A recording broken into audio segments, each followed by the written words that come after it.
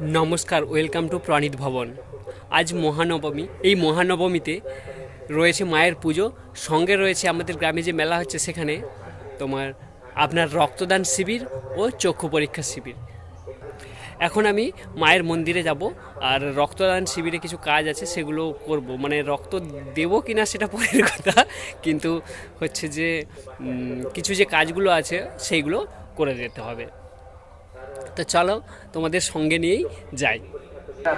এসে দেখছি যে নবমী পুজো হয়ে গেছে এবং হোমও হয়ে গেছে এবং পুরোহিত মশাই এবার মনে হয় গীতা পাঠ করবেন। এই দেখুন হোমও হয়ে গেছে এবং পুজো কমপ্লিট, তাই আর বেশি কিছু বলছি না। আর দেখো ডেকোরেশনটা কিন্তু প্যান্ডেলের মোটামুটি খারাপ করেনি, একেবারে গ্রামের প্যান্ডেল, কিন্তু তাতেও খুব সুন্দর লেগেছে। এটা আমার কিন্তু ভালোই লেগেছে। তোমাদের কেমন লেগেছে সেটা কিন্তু তোমরা কমেন্টে জানিও অবশ্যই।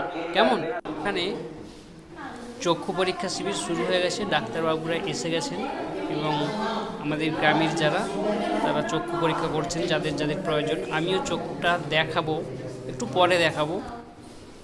এটা পুরোটাই ফ্রি অফ কস্ট এবং প্রত্যেক বছর হয়ে থাকে। সঙ্গে পাশে চলছে রক্তদান শিবির।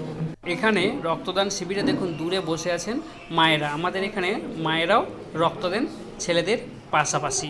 এটা একটা ভালো বার্তা এবং সবাইকেই রক্তদানের এগিয়ে আসতে হবে।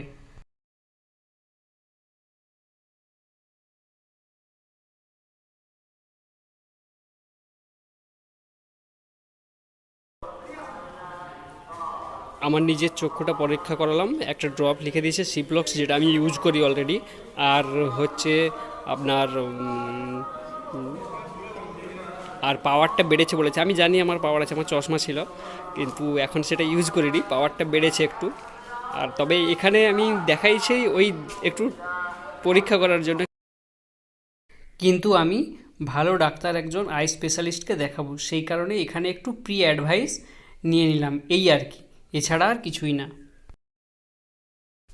নবমীর ভোগ দেখানো শুরু হয়েছে। গ্রামের যে দেশের শীতলা মন্দির আছে, এই মন্দিরে প্রথমে ভোগ দেখানো হয়, তারপরে মা বাসন্তীর কাছে নিয়ে যাওয়া হয়। এই দেখুন আমাদের গ্রামের শীতলা মন্দির বা শীতলা মা, এখানে ভোগ দেখানো হয় আগে, তারপরে মন্দিরে নিয়ে যাওয়া হয়। এখানে দেখানো কমপ্লিট হয়ে গেল, এবারে মন্দিরে যাওয়া হবে। পুরোহিত মশাই এবার মণ্ডপে ভোগ নিয়ে আসছেন। আর আজ নবমীতে মাকে আমিষ দেওয়া হয়, অর্থাৎ মাছ দেওয়া হয়। তো পুরোহিত মশাই রেখে দিচ্ছেন। এবারে আরেক পুরোহিত মশাই যিনি আছেন উনি হচ্ছে মাকে ভোগটা নিবেদন করবেন, তারপর আবার গীতা পাঠ করবেন উনি। আর একটা বিষয়, আমি প্রথমেই বলেছিলাম যে আমি রক্ত দেবো কিনা।